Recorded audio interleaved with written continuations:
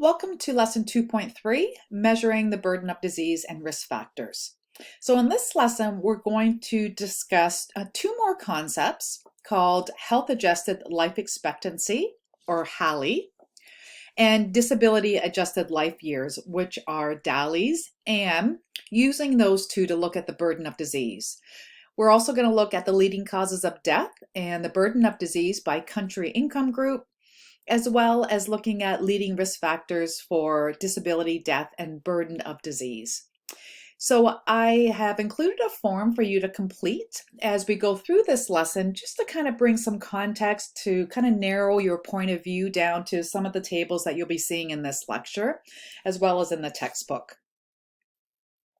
I'm sure you've come across this definition of health from the World Health Organization. It's a state of complete physical, mental, and social well-being, and not merely the absence of disease or infirmity. Individuals working in global health often try and measure this definition, and they try and come up with a single indicator to compare how far countries are from this definition of a state of good health. And one of the indicators that we look at are the HALEs, which are the health-adjusted life expectancy years, and the DALYs, which are the disability-adjusted life years. And both of these give us an indication of the burden of disease between countries and among countries.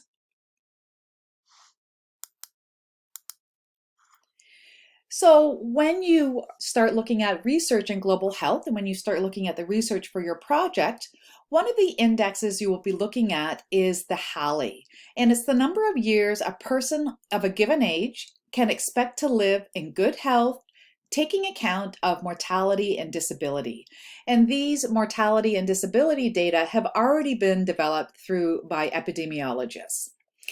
And so when you look at your first question in the form that I provided, I asked you to look at table 3.1, and it gives you some ideas of the differences between life expectancy and health-adjusted life expectancy.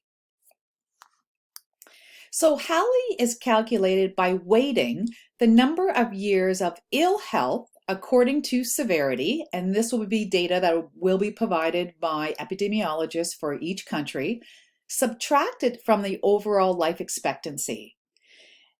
So if you look at table 3.1 and I look at males in Ethiopia, I see that the life expectancy has been calculated at 64.7, but taken into consideration all the years of ill health that I know that happens in Ethiopia because of epidemiological data, I can see that really the health-adjusted life expectancy is only 57.2 for males in Ethiopia, versus if I look at males in Denmark, I see that the life expectancy is 78.8 versus 68.9, which is the health-adjusted life expectancy. And so what we want to do as global health experts is that we should strive, or help each country strive, to be as healthy as possible. And so we would want to strive to help its people live as long and as healthy as possible. And so in that case, health-adjusted life expectancy and life expectancy at birth would converge at a relatively high number.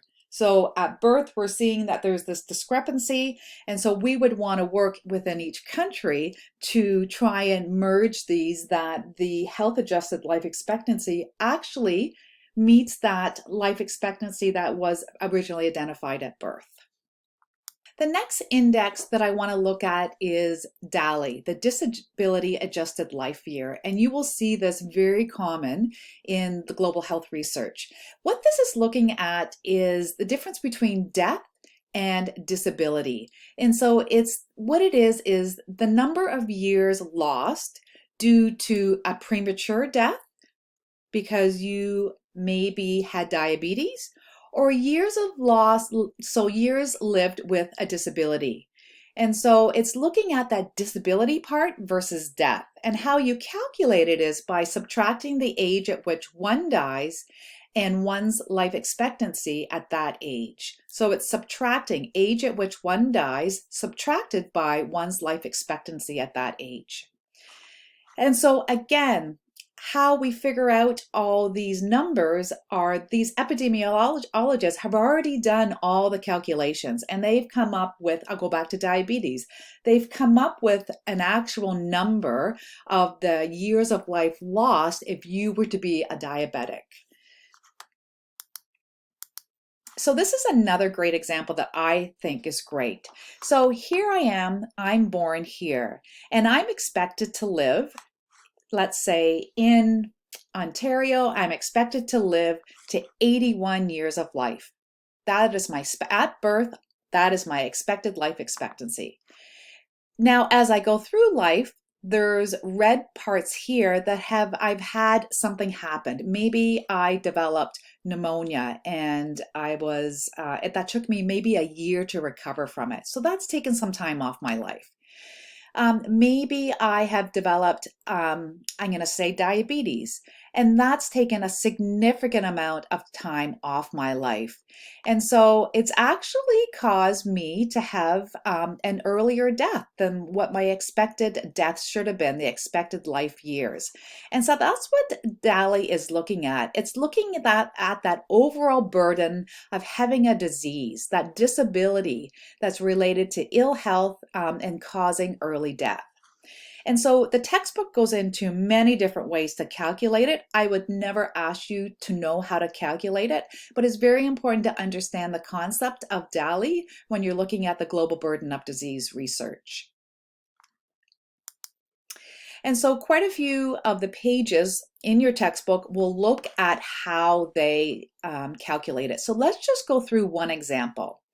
So we have an individual who dies early in life because of multi-drug resistant tuberculosis. They've had multi-drug resistant tuberculosis for 3 years.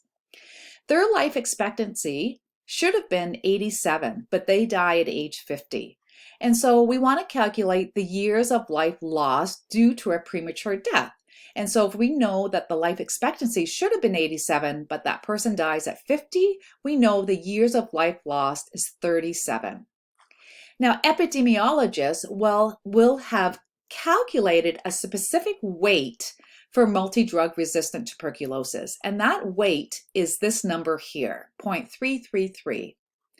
And so if we want to calculate years lived with disability, we know that the ratio is 0.333, and we multiply it by 3 because we know they've had multi-drug resistant tuberculosis for 3 years, and that equals approximately 1 year. And so if we calculate DALY, we know it's the years of life lived plus, so which is 37, this is the 37, plus years lived with a disability is 1.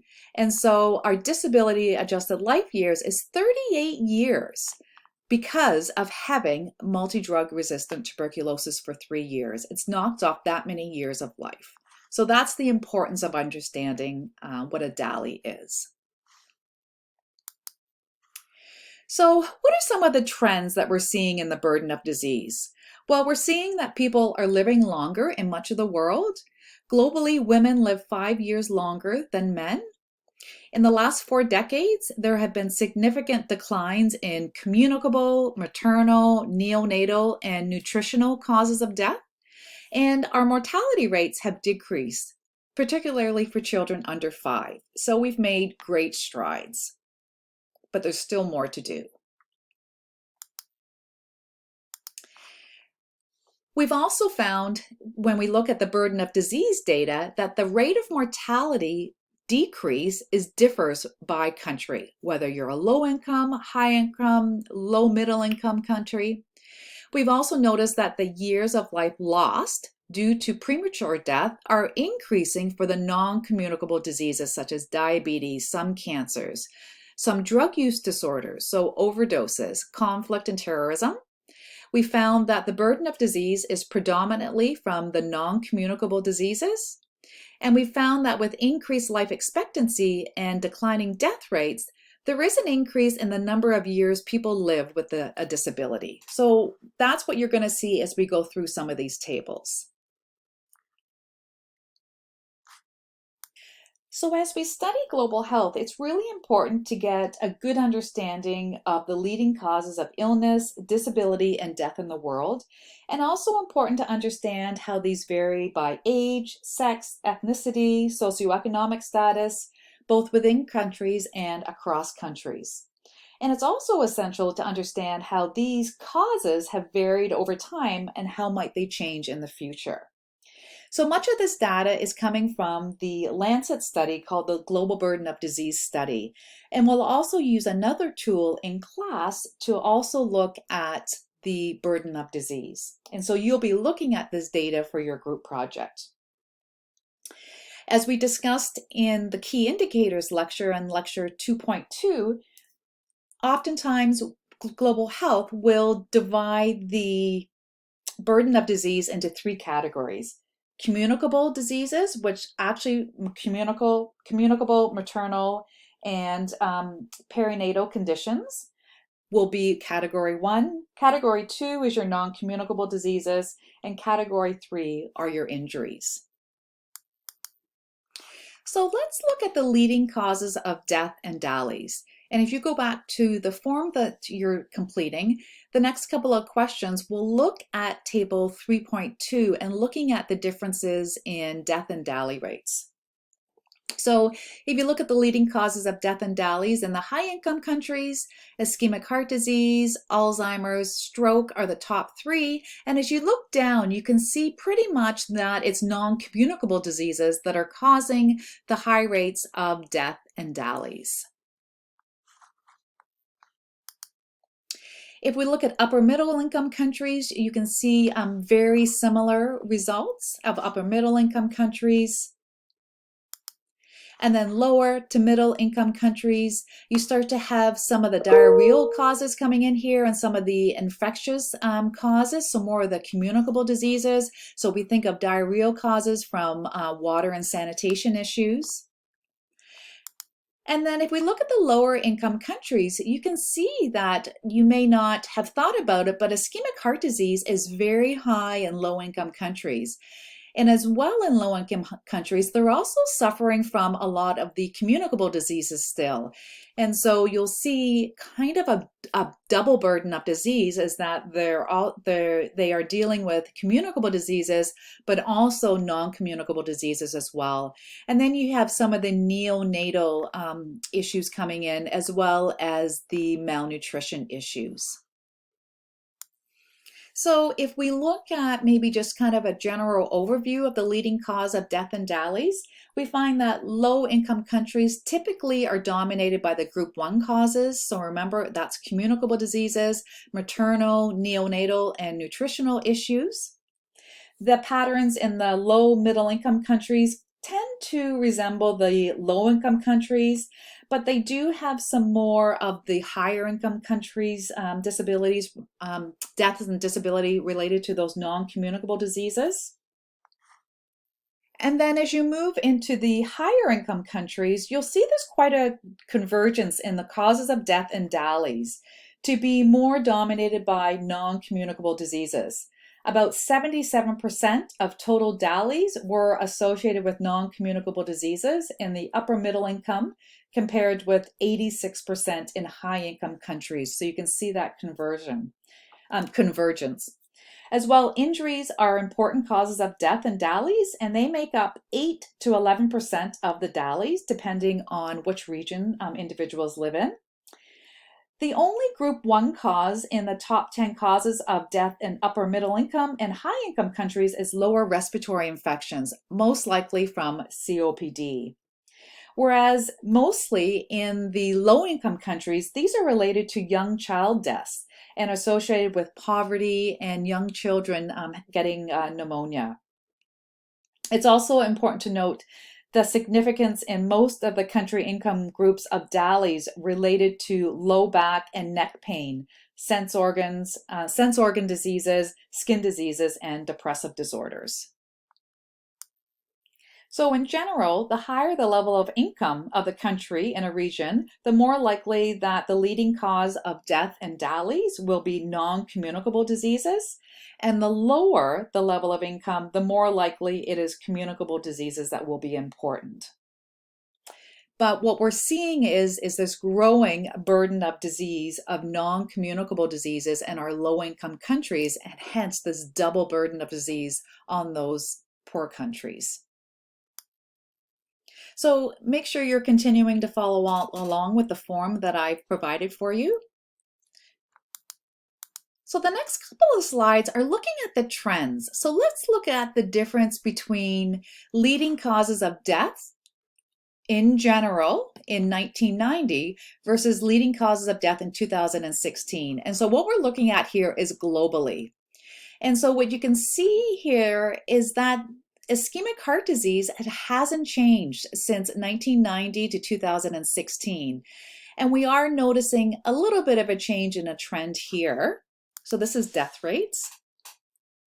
And if we look at DALYs, again, we see in the 1990s a little bit more lower respiratory infections, diarrheal diseases, and then really the trend moving to more DALYs, to more non-communicable diseases in 2016.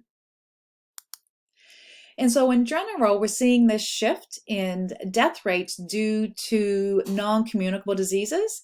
In DALYs, we're seeing a shift again towards non-communicable diseases and injuries, and a lot to do with the aging population. There's low back pain and neck pain, sensory organ disorders, and HIVs become more prominent in 2016 because there really was limited data in the 1990s on HIV. So you're seeing it a lot more in 2016.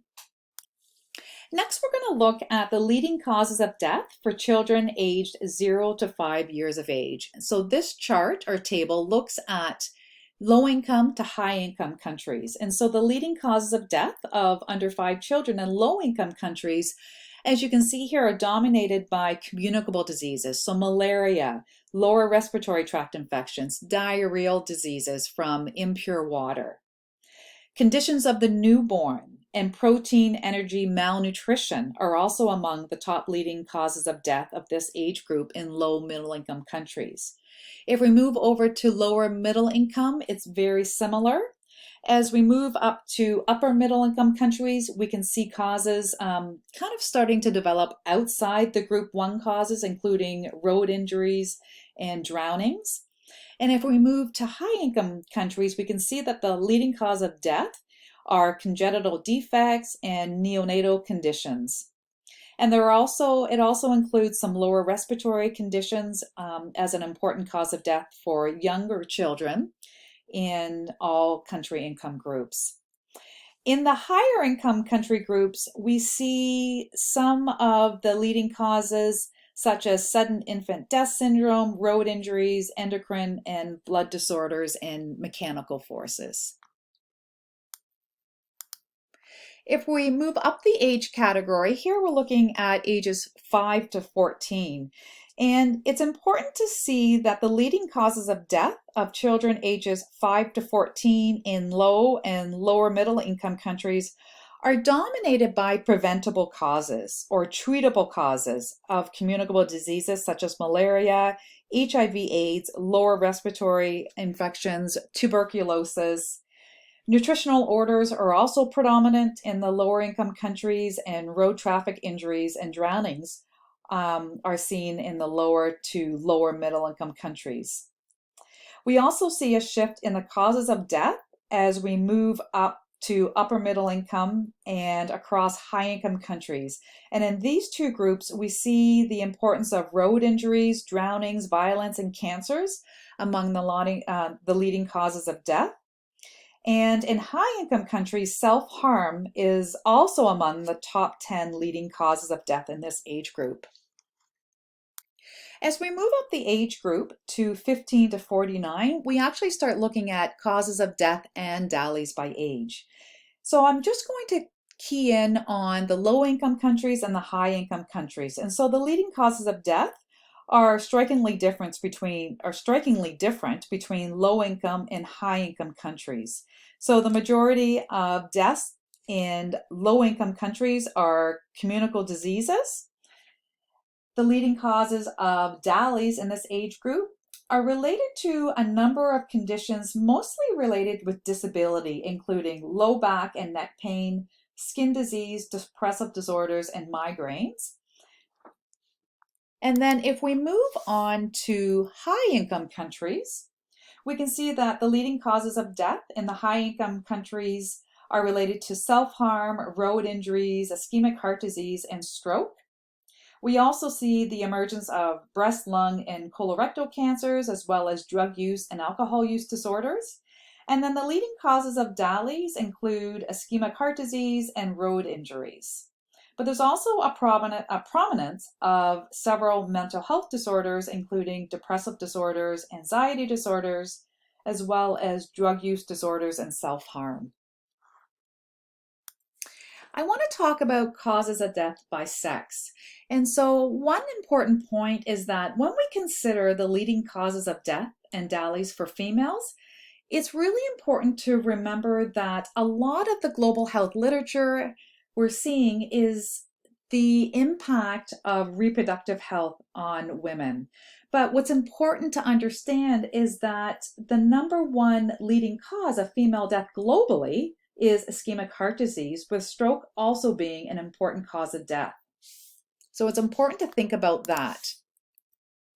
So these are the leading causes of death for women. We can also see that HIV/AIDS and TB remain important causes of female death, especially in low-income countries. And as the country income levels rise, we're starting to see more of the non-communicable diseases. So your diabetes, your COPDs, your cancers, and Alzheimer's diseases. And we're also seeing a range of neonatal conditions, which are important causes of DALYs in the low-income country group, as well as nutritional issues. Moving on to males, we see that the leading causes of death among men of all ages do not really differ greatly from the leading causes of death for women. However, what we do see is that COPD, road injuries, self-harm, and liver cancers are more important causes of death for men than for women, and obviously prostate cancer.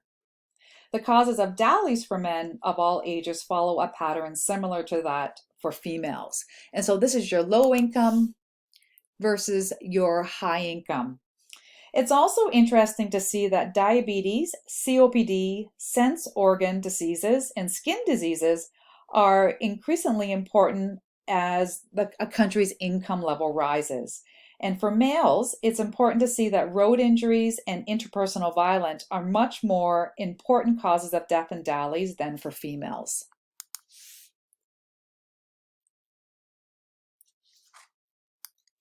This slide is just discussing the burden of deaths and disease within countries. So typically what we're seeing is that rural populations are less healthy than urban populations.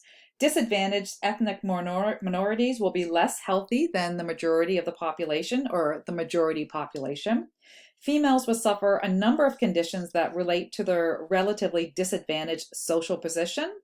Lower income people will be less healthy than better off people, and uneducated people will be less healthy than better educated people. So some specific things to take into consideration when you're thinking about global health and improving the health in these countries and within countries, even Canada.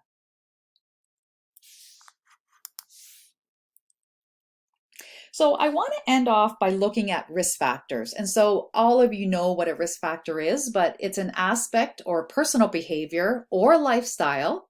It could be an environmental exposure or an inborn or inherited characteristic that is known to be associated with health-related conditions. And it's considered to be really important when we think about prevention.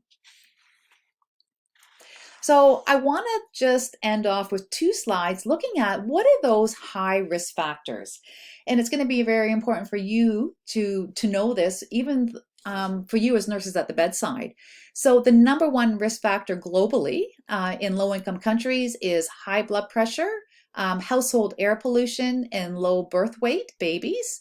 And then the DALYs are kind of very similar, related to maternity and reproductive health, as well as air pollution there, you can see.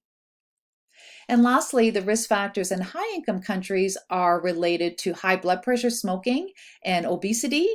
and the same with the DALYs. And so when you're thinking about risk factors for you at the bedside, a lot of your teaching is going to be around people with high blood pressure, diabetes, obesity, alcohol use, having a good diet, a low salt diet, a high fiber diet. And so you can see some of the global burden of disease coming through when we think about risk factors. So that's it for lesson 2.3. Make sure you complete the form to just give yourself a better understanding about the global burden of disease.